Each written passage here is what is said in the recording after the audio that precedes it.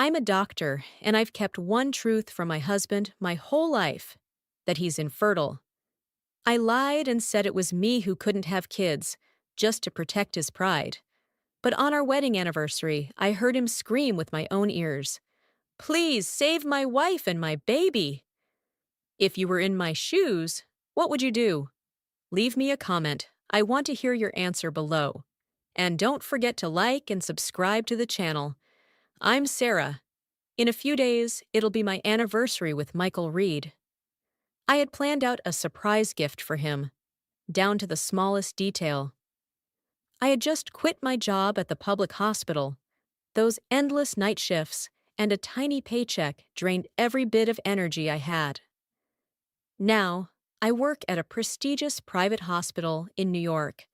The pay is better, the hours are more flexible, and my coworkers don't look at me like I'm some kind of machine anymore. On my first day, I walked into the clinic with a light heart, wearing a fresh white coat that still smelled like clean fabric. I thought, this is a new beginning, for both me and Michael. But then, the OBGYN door burst open. Fast footsteps, heavy breathing. Michael rushed in, not alone, but holding a woman tightly. Her belly was round and full, her face twisted in pain.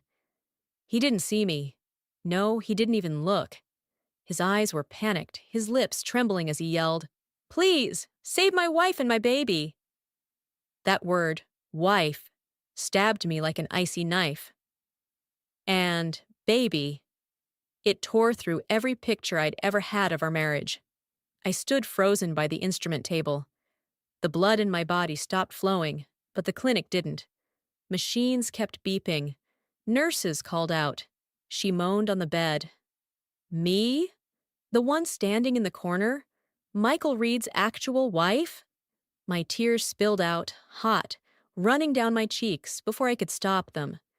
But I blinked and wiped them away with the back of my hand. Not now. Not here. I'm a doctor. I have a job to do. Even if my heart is shattering, her life, and the baby's, have to come first. A nurse pushed Michael out. He didn't even recognize me. The door slammed shut, leaving me alone with her. The woman on the bed was panting, hair soaked in sweat, clutching the edge of the white sheet. She didn't look at me. She just whispered, "Please! The baby!" I stepped forward, my hands trembling as I reached for the medical chart. Every step felt like it weighed 1,000 pounds, but I forced myself to move. I checked her vitals, my voice steady and cold. "Lie still. I'll examine you." But inside my head, a storm was howling. "This is his girlfriend. This is his baby." Those words echoed again and again, like a hammer slamming into my chest. I placed my hand on her belly, feeling the small movements underneath. Her water had broken. It wasn't a complicated case. The ones who betrayed me are now begging me to save a life, but I don't use my medical skills for revenge, even though my heart feels like it's being stabbed. I wrote the medical orders precisely, my hand trembling slightly as I held the pen, but the handwriting stayed neat.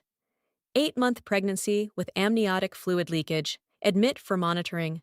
I handed it to the nurse, my voice calm. "Get her tested immediately." The nurse nodded, pushed the wheelchair for Jessica, and they left.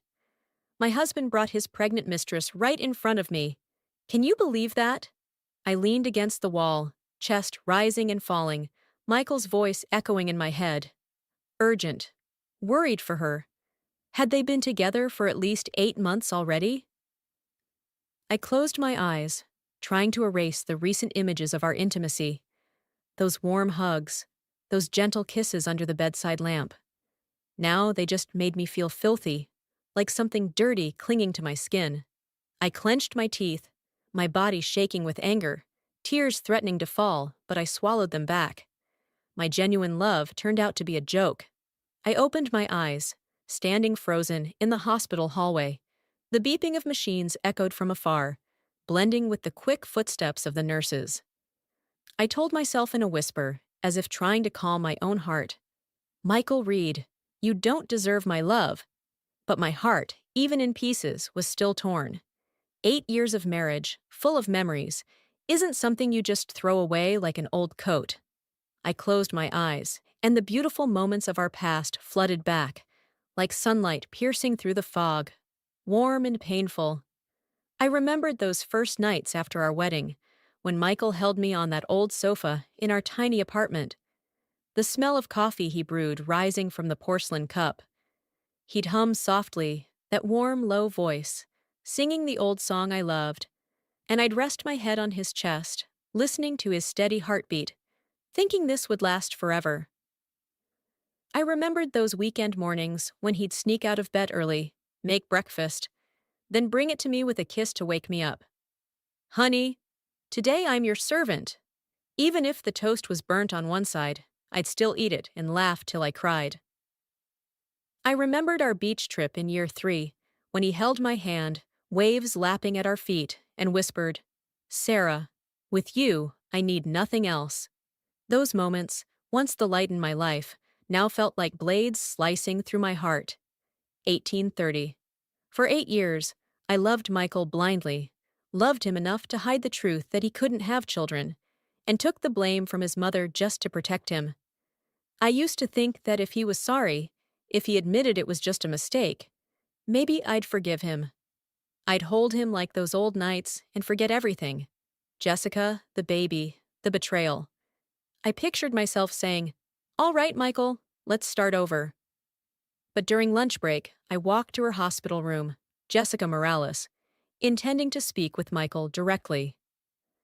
I stopped at the door, my hand gently touching the doorknob. Then her voice came from inside, full of worry. Michael, when will you divorce her? The doctor said the baby could come any time. I don't matter, but our child cannot be illegitimate, Michael replied, his voice urgent, like he was trying to stay calm. Quiet, this is a hospital. Don't make a scene. Then he softened, sweet as syrup, coaxing her. I know Sarah. She can't handle it when someone's too kind to her. The nicer I am, the guiltier she feels. Then my mom will say a few things about how she doesn't want kids.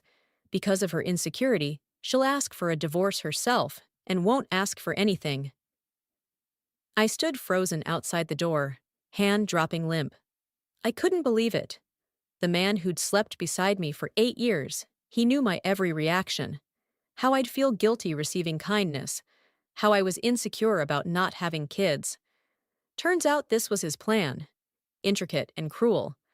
I fought the urge to storm in, turned away, and walked off. This reality snuffed out the last bit of hope in me, like someone blowing out a fragile candle in the dark. I made a silent vow, the words hissing through clenched teeth. I will make both of them pay. Luckily, today I only worked at the outpatient clinic, no surgeries. As a doctor, I'm tough enough to stay composed, even when my heart feels torn apart. I walked out of the hospital, streetlights casting shadows on the rain-soaked sidewalk, my high heels clicking in a small puddle. I checked my phone and saw a message from Michael. Urgent matter at the law office. Won't be home tonight. I pressed my lips together, clutching the phone tightly, feeling slightly lighter. Good. I didn't want to face that cheating bastard, while rage was still boiling in me. I got into the car, the scent of leather blending with the faint smell of old perfume, and drove home in silence, just the soft patter of rain tapping the windshield. The door closed behind me, with a dry click of the lock. I dropped my bag on the floor, the rain-soaked shoes leaving smudges on the wooden floor. The house was quiet. Only the ticking of the wall clock could be heard. The pain I'd been holding in all day crashed over me like a wave. I collapsed onto the sofa, buried my face in my hands, and cried. Loud, guttural sobs that scraped my throat like they were tearing my chest apart. My tears soaked into my sleeves, hot and relentless. I thought about Michael, about Jessica, about the baby in her belly, and shame surged inside me like a slap to the face. This is the tragedy of being an adult. The older you get, the lonelier it is, and the more you have to chew on your wounds alone. I didn't call my parents. I knew they'd be heartbroken, would hold me and cry with me, but I didn't want them to see me like this. Nearly 30, I had to make this divorce decision on my own. I sat upright, wiped my tears, my nails lightly scratching my skin. My parents never approved of Michael. "You deserve someone better," my mom once said, eyes red, when I insisted on marrying him. They gave in reluctantly, watching me lose myself over a man. During the 3 years we were married, Michael's mother kept hinting about having kids. "A family needs to grow, needs a new member," she'd say every time we had dinner together. I lied and said I couldn't have children, using fake medical test results to hide the truth. Michael was born infertile, unable to produce sperm. Not even IVF could help. I loved him blindly, loved him so much, I was willing to carry the blame to protect him. If the truth came out, our marriage would have ended instantly, especially since my parents had already disapproved from the beginning. I remembered the time his mother looked at me, coldly, and said, "Sarah, you're not fulfilling your role as a wife." I just forced a smile, squeezing the napkin under the table, my heart aching. But I still chose to protect Michael. My parents, not wanting me to be mistreated, gave Michael $500,000 to start his law office, hoping his mother would criticize me less. I remembered that day, her lips pressed tight, but her eyes lit up with greed. That night, Michael held me and whispered, "Thank you, Sarah." "I won't let you down." I rested my head on his chest, believing my love was strong enough to overcome everything. Now, sitting in the dark kitchen, I let out a bitter laugh. The man I tried so hard to protect had betrayed me, cruelly, coldly, 8 years of holding it all in to love him. I'm not saintly enough to just sit back and endure it, to let Michael and Jessica's betrayal trample over my dignity.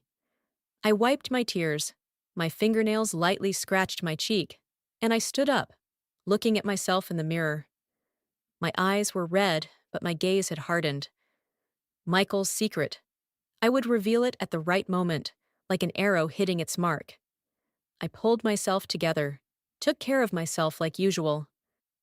I washed my face, the cold water numbing my skin, then gently applied lotion, my movements slow and deliberate. I didn't want to show up at the hospital with puffy eyes, didn't want my coworkers to look at me with pity. I got into bed, expecting to toss and turn, but strangely, I drifted off into a deep, dreamless sleep. The next morning, I sat at the dining table, steam rising from the coffee cup in my hand. I opened my phone and created a secondary Instagram account, set to only show stories for 24 hours. I posted a few things from the hospital page, ultrasound images, sterile white hallways, and set the profile picture to a nameless flower for disguise. I didn't want Michael or Jessica to get suspicious. While Michael was away, I went to Jessica's room, crisp white coat on, a professional smile on my lips. "I'm here to check on the patient," I said, voice calm, hand scribbling notes on the chart. I had no intention of harming her. In fact, I would protect her and the baby. They were crucial cards in my divorce plan. As a doctor, I couldn't hurt a pregnant woman, but Michael, he'd do it to himself. I secretly checked Jessica's Instagram, but her page was blank. Just a few photos with friends, not a single trace of Michael. I added her, then gently suggested, "You should post something with your partner, show off a little happiness." Jessica gave an awkward smile, eyes darting away. "He doesn't like taking pictures." I smiled too, but inside I was suspicious. Was she too private or too cautious? The plan to get a photo failed, so I decided to switch strategies. I hired a private investigator, a middle-aged man with eyes sharp like a hunting hawk, and handed it all over. "Find everything on Jessica Morales and Michael Reed," I said. I kept watching Jessica whenever Michael wasn't around, paying attention to every little detail. One day, walking past her room, I heard arguing behind the half-closed door. "What are you doing here?" "It's too risky." I stopped, heart racing, ear against the door. "If I don't come, my girlfriend will be stolen." "Jessica, don't tell me you're really gonna marry that guy." A strange man's angry voice burst out. "What are you saying? Do you still want the money or not?" Jessica snapped back. trying to keep her voice low. I stood frozen, hand gripping the edge of my coat. So Jessica wasn't simple. She wasn't just fooling Michael. She had her own agenda, another man behind her. I knew the baby wasn't Michael's, and that was the key to my plan. I turned away, a sly smile curling on my lips. The cheater finally got cheated on. I walked down the hallway, the sterile white light shining on my face, cold but calm. I didn't need to strike. Michael would destroy himself.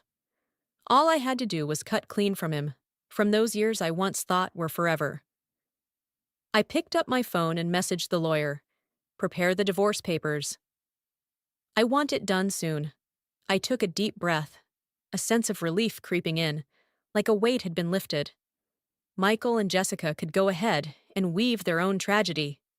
As for me, I would walk away, on my own path, with no shadow of betrayal behind me. Jessica chose to have a C-section. No one knew whether she was just eager to meet the baby or had other reasons, but it definitely wasn't because her body couldn't handle a natural birth. I'd checked. Everything was fine. The next morning, just as I opened my front door, Michael and his mother, Margaret Reed, showed up at my doorstep. They came to force me into a divorce. I dropped onto the sofa, hair messy, glanced at them, then closed my eyes, trying to stay calm. Michael wore a suit, but his eyes were sunken, hands shoved in his pockets, clearly tense. Margaret, her silver hair in a tight bun, stared coldly and pointed straight at me. "Sarah, what kind of attitude is this?" "Not even a greeting?" Michael cut in, voice gentle but calculated. "Mom, calm down." "Sarah, can we talk?" I didn't answer. Margaret started talking like she was delivering a verdict in court. "You're disrespectful, you don't want kids, you haven't fulfilled your role as a wife." She spoke for over an hour without repeating herself once, listing every fault of mine, from not having children to the tone I used when speaking to her. Michael tried to squeeze in a few sentences, voice strained. "Mom, that's enough." "Sarah, I just want to—" But she cut him off, declaring like a final judgment, "You two have different values. This marriage must end." Michael bowed his head, voice hoarse. "Sarah, I'm sorry." I opened my eyes, looked him straight in the face, and tears fell down without me meaning to. 8 years of marriage, 8 years of taking her insults to protect him, all gone with one weightless apology. I asked myself, what had I, Sarah Carter, done to deserve being part of a staged drama by a so-called top-tier lawyer like Michael? Maybe because I had endured too much, he thought I'd bow my head again, stay silent like before. But I wasn't that naive girl anymore. I stood up, my voice cold. "Your law firm was built with $500,000 from my father. After 7 years, paying back $1.5 million to my parents isn't unreasonable, is it? This house and our income are marital assets. You know how division of assets works, right?" Michael froze, eyes wide, his face shifting from fake sorrow to panic. Margaret slammed her hand on the chair, yelling so loud it felt like it tore into my ears. "You dare ask for money? That was a gift from your parents. Don't you dare!" I cut her off, voice sharp as a blade. "Then take it to court." Michael looked at me, realizing the deadly calm in my eyes. "Sarah, 8 years of marriage, and you have no feelings left for me?" he asked, voice trembling, still trying to play the repentant husband. I gave a mocking laugh, then tossed a stack of photos onto the table. Pictures from the private investigator, showing him hugging Jessica at a cafe, rubbing her belly. Michael's face went pale. The fake sorrow disappeared, replaced with cold calculation. "It's useless, Sarah. That money from your dad was a gift, not a loan. If you sue, you'll just waste money on lawyers." I tilted my head and smiled coolly. "You think I want the money? Your child doesn't have time to wait. Drag this out and the baby will be born illegitimate. And if I release these photos, your reputation—" Margaret screamed. "You're evil!" I replied, voice calm. "Save your energy for the courtroom." In the end, Michael gave in and agreed to pay $1.5 million. He signed the agreement quickly, like he just wanted it all over with. But that ease only made me hate him more. 8 years?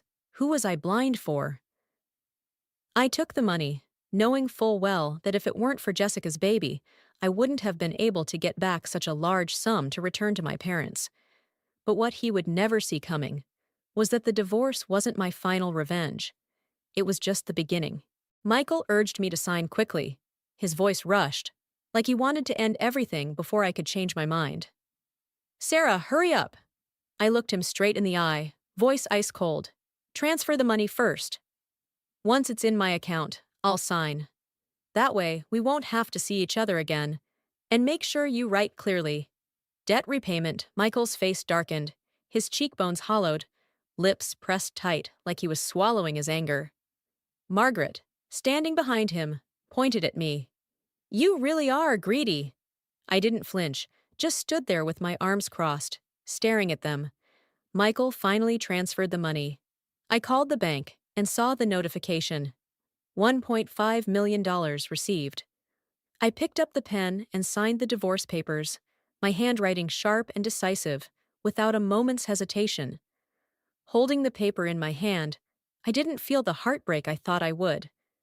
Instead, a wave of relief rushed in, like I'd just removed a heavy shackle.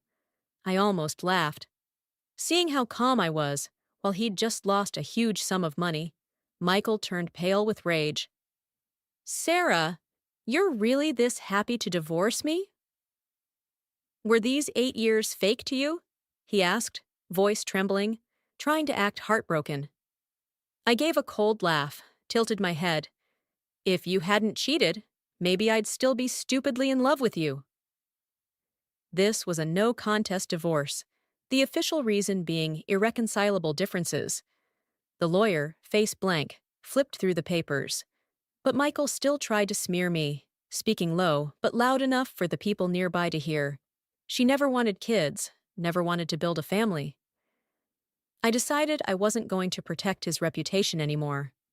I said it loud and clear, voice echoing in the small room. He cheated and got someone else pregnant.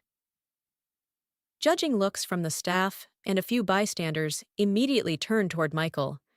His face darkened like nightfall, fists clenched, but he didn't dare deny it. Margaret then softened her tone, like she was gently advising me. She repeated the narrative that I didn't want kids, making the people nearby glance between me and her in confusion. I didn't argue. I just turned around and walked out. Arguing with her would be a waste of time. I wanted to strike at Michael's pride and psyche, and I would. Margaret blocked my path. Maybe since the divorce was settled, she didn't feel the need to put on a mask anymore. She leaned in and whispered in my ear, "Now that you're divorced, my son will have a child right away." "And you? Just stay alone forever." I stopped and gave her the brightest smile. "Thank you, Margaret. Send my regards to your grandson." I emphasized "your grandson" and saw a flicker in her eyes. But they didn't catch the meaning. They thought I was bitter, jealous about losing Michael. They didn't know Jessica's baby wasn't even his. And I wasn't foolish enough to reveal that just yet. Thanks to Michael's connections in the legal world, our divorce went through quickly. Assets were split evenly, no children, no disputes. I stepped out of the courthouse, pulled out my phone, and called my parents. The phone rang twice. Then my mother's voice came through, warm but filled with worry. "Sarah, are you okay?" I sat down on a wooden bench nearby, took a deep breath, and told them everything. The divorce, Michael's betrayal, the secret of his infertility that I had hidden, and Jessica's pregnancy. My father, voice low and seething with anger, cut in. "That bastard! You're better off without him." My mother was softer. "Sweetheart, I'm just glad you're free now." I smiled, eyes stinging, feeling their love through every word. Dad hired a moving company the very next day to clear out everything from the old apartment, what used to be my home with Michael. I stood there, watching the movers haul things out. Dad stood beside me, arms crossed, his voice firm. Everything in that place I bought for you. Now that you're divorced, why leave him with anything?" I laughed and nodded at his childlike idea. Mom held my hand, her gaze gentle but unwavering. "Evil people will bring ruin upon themselves, Sarah. Don't dirty your hands." This time, I listened. To sever all ties with Michael, I requested a transfer to a hospital near my parents' house, where every morning I could hear birds singing in the yard, see my mom making tea in the kitchen, and feel a new life beginning. 3 months later, Michael came to my parents' house but was chased away by my dad. Still, he didn't give up. He cornered me in the parking lot. "Sarah, I'm infertile, right? Why didn't you tell me sooner? Why did you hide it from me?" he asked, his voice trembling, like he was trying to play the remorseful husband again. But I had already seen his performance, his sweet lies. So now I didn't believe a single word. And honestly, whether I believed him or not didn't even matter anymore. I had already let go. "Get out of my way!" I shouted, my voice cold, my hand gripping the strap of my bag. But Michael, like a drowning man clinging to a lifeline, stepped forward and wrapped his arms around me. "I was wrong. Let's just talk calmly," he whispered, his breath hot against my shoulder. I struggled, but his grip tightened, like a pair of shackles. The parking lot was dark and suffocating. The smell of motor oil and concrete made it hard to breathe. My whole body went cold, my heart pounding. In that moment, horror movie scenes flashed through my mind. Men who'd lost control, the crazed look in their eyes, and blood pooling on the floor. I was shaking, not because I was afraid of dying, but because I truly wondered if Michael had completely lost it. He, a once sharp lawyer, was now just a broken man, hollow-eyed and unhinged. I thought of all those stories about lawyers turned murderers, men who once stood tall but crumbled under despair. Who's to say Michael, with that pale face and trembling hands, wasn't capable of the same? But I prayed, if anything like that ever happened, the victim would absolutely never be me. It wasn't my fault. I was the victim of Michael and Jessica, of layered lies and betrayal. I wasn't about to bear the consequences of someone else's mistakes. Only a fool argues with a madman. I took a deep breath, pretending to sigh to steady myself, my voice soft but firm. "Michael, we should talk seriously." "This isn't the right place," he let go of me, eyes flickering with hope. I looked at him, messy hair, wrinkled suit, and thought, I had let go of revenge, so why was he like this? Even if Jessica had swindled all his money, with his past skills and connections, why stoop this low, putting on an act in front of me? For what? That thought flashed in my mind, and I instantly grew cautious. Michael stuck close to me, like he was afraid I'd jump in the car and drive away. With no other option, I led him to a mid-range restaurant nearby. Not too upscale for him to be denied entry in his state, but not too cheap that I wouldn't be able to escape if needed.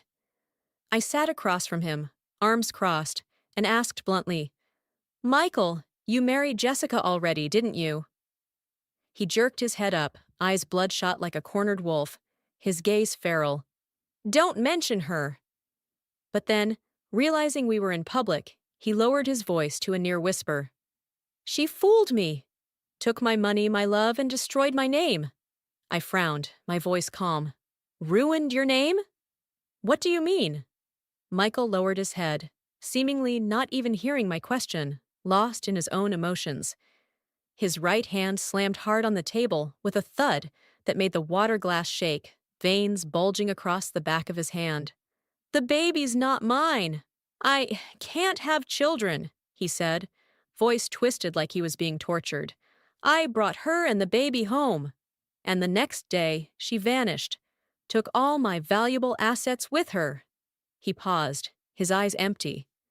Turns out, while looking for her, he accidentally ran into the doctor who had treated us, my friend. That doctor, without realizing, revealed that we were already divorced, and then let slip the secret I had kept hidden. He repeated, his voice breaking, "She destroyed my entire career." I sat there, fingers gripping the edge of the table, my heart frozen. I could guess. The part he wasn't saying was the real bomb that shattered him, something Jessica had done that wrecked his professional life. Suddenly, Michael looked up at me, begging to start over, his voice lost, like a man adrift in a storm. "Sarah, give me a chance, let's start again." I didn't respond. Just looked at him. A deranged Michael. Nothing like the sharp lawyer I once blindly loved. I had never seen him like this. Red eyes, trembling hands, as if all logic had left him. I didn't dare walk away, afraid he'd do something reckless. I took a deep breath, knowing that even though the restaurant was near my home, I couldn't let this unstable man get anywhere near my family. I was scared, but kept my face composed, eyes scanning the restaurant for an exit. While he had his head down, mumbling something, I discreetly gestured with my hand to a nearby waiter. A young waiter didn't understand my hand signal, maybe because Michael, though mad in my eyes, still looked like a normal man, just with a few overly intense gestures. I pretended to stay calm and ordered another glass of orange juice, but in my head, I was frantically running through every possible escape plan. I glanced at the door, gauging the distance, but the exit still felt impossibly far. Michael sat there, eyes red and watery, mumbling nonstop. "Sarah, give me a chance!" I clenched my glass, sinking into hopelessness, not knowing how to get out without triggering him. Just then, a voice came from behind, gentle but firm. "Sarah, who's this?" "Aren't you going to introduce us?" I looked up and saw Ryan Patel, a young doctor from my department, who often teased me by calling me Professor. He stood there in a light blue coat, smirking, his sharp eyes locked on Michael. I jumped up and hugged Ryan, pinching his arm hard as a signal. "Ryan, this is, my ex-husband," I said, trying to keep my voice steady. Ryan raised an eyebrow, scoffing. "Oh, the cheating lawyer? Still clinging to your ex-wife after a divorce. Don't you feel pathetic?" My heart skipped a beat, thudding hard in my chest. He must have lost his mind too, saying the word lawyer so loud in front of a Michael who was teetering on the edge. I pulled Ryan aside, about to whisper a warning about Michael's unstable state, but before I could speak, Michael roared, voice hoarse, "Sarah! You betrayed me! For him!" I was so stunned I laughed, but I wasn't about to argue with someone who'd clearly lost it. I grabbed Ryan and started toward the door, praying silently we'd get out in time. But before we could reach it, Michael suddenly pulled out a knife from somewhere, the blade gleaming. He lunged, movements fast like a predator. God, I thought, heart stopping. He had planned to kill me all along. Thank God I'd lured him out of the parking lot. Otherwise, I might have died alone in that cold, dark place. But things weren't any better now. In front of dozens of witnesses in the restaurant, Michael waved the knife, his face twisted with rage. I shook violently, my legs frozen in place, but still shoved Ryan aside and screamed, "Get out of the way! Don't get dragged into this!" But Ryan stood his ground like a mountain, eerily calm. In the chaos, I kept pushing him while yelling at Michael, "Jessica's the one who ruined you. She wrecked your career, tricked you. What's the point of killing me?" But Michael was gone, screaming a line I'll never forget. "You knew I was infertile. Why didn't you tell me?" What kind of logic is that? What was he even thinking? I stood there, frozen, as he lunged again, knife flashing. Ryan suddenly stepped forward, lightning fast. A clean, sharp kick knocked the knife to the ground. Michael's arm flung back, slamming his head in the process. Before I could even catch my breath, Ryan twisted Michael's arms behind his back, shouting, "Call 911 now!"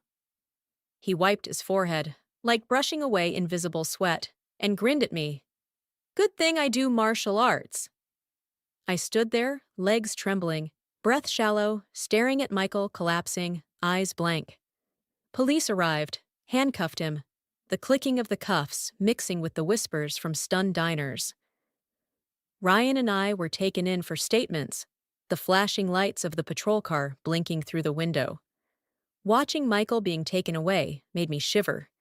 He clearly had nothing left to lose. That's why he was so reckless. Sitting in the interview room, I held the warm cup the officer gave me, but my hands still trembled. Just the thought that someone wanted to kill me made my entire body feel like it had been dropped into a freezer. I didn't want to analyze Michael's motives anymore, whether it was because he couldn't find Jessica and blamed me, or because of his pride, or because he'd simply gone insane. None of it mattered now. Ryan patted my shoulder gently, smiling. "Sarah." "You okay?" I nodded, giving a faint smile. Leaving the police station, I let out a breath of relief and turned to Ryan Patel, who was still standing beside me. "I was lucky to have you," I said. Ryan smirked, that mischievous smile on his face. "Sarah, I think you've misunderstood the word lucky. I drove 30 minutes just to get to that restaurant. Next time, pick somewhere closer, will you?" I froze, then laughed. The first real laugh I'd had all day. Turns out Ryan had been in the parking lot back then, saw Michael acting suspiciously, and decided to follow me. I'd been too panicked to notice, but he'd quietly protected me the entire time. "Why didn't you call 911?" I asked, my voice still shaking. Ryan tilted his head, his smile half joking, half serious. "Hero saves damsel moments like that. If I called 911 right away, I'd miss my big scene." I laughed again, for the first time all day. I figured he was just trying to make me feel less tense. But his eyes, steady and bright, told a different story. Ryan was serious. Because of the hospital's no dating rule, a few weeks later, he transferred to a different facility. Time passed, and Ryan slowly became part of my life. Morning coffees, quiet moments when he'd fix my leaky pipes without saying a word. Those silly jokes that made me laugh until my stomach hurt. I used to think love was a luxury buried beneath the ashes of Michael.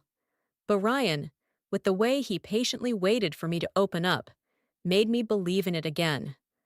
Michael was convicted of attempted murder and sentenced to prison. I didn't follow the trial. I didn't want any more ties pulling me back into that past. But then I found out the secret he'd kept. Jessica wasn't her real name. She was a victim. Her mother had been in a car accident and paralyzed, and the driver responsible got away with it, thanks to Michael, who defended him in court. Jessica had gotten her hands on the evidence, exposed it online, and destroyed Michael's career. At first, I wanted revenge, wanted both Michael and Jessica to pay for the pain they caused. But my parents, with their calm and love, pulled me back. "Don't let hatred become your prison," my father said, gently placing a hand on my shoulder. I listened, and I realized letting go was the real freedom. Michael's career didn't fall apart just because of infertility, but because his greed and lies were finally dragged into the light, like sunshine burning away the fog. What surprised me more was that Jessica, later arrested for fraud, called me from prison to apologize. I felt for her. Had I been in her shoes, I'm not sure I wouldn't have done the same. But the law doesn't forgive, and she had to pay the price. I whispered, "I've already let it go." If it hadn't been for Jessica being Michael's mistress, I might have stayed trapped in that toxic marriage. She, unknowingly, helped me break free from Michael and find a new kind of happiness. Ryan and I stayed together, and a year later, we got married in a small ceremony under the trees in my parents' backyard. Now we have a baby girl, with big round eyes just like Ryan's. I stand in the nursery beside her wooden crib, watching her sleep peacefully. What I once didn't dare to dream, a real family, a true home, has become my reality. I step outside, where my parents are sipping tea, their laughter mingling with the rustling of the leaves. I look up at the sky, clear blue, not a single cloud, and feel freedom flood my chest. Michael, Jessica, the painful years, they're just clouds that have passed. Justice sometimes comes in ways we never expect, like a rainbow after the storm. I, Sarah Carter, have found my own path, where every step feels light, and every breath is filled with light. When you let go of the past, the sky opens up and happiness finds you, like sunlight after the rain.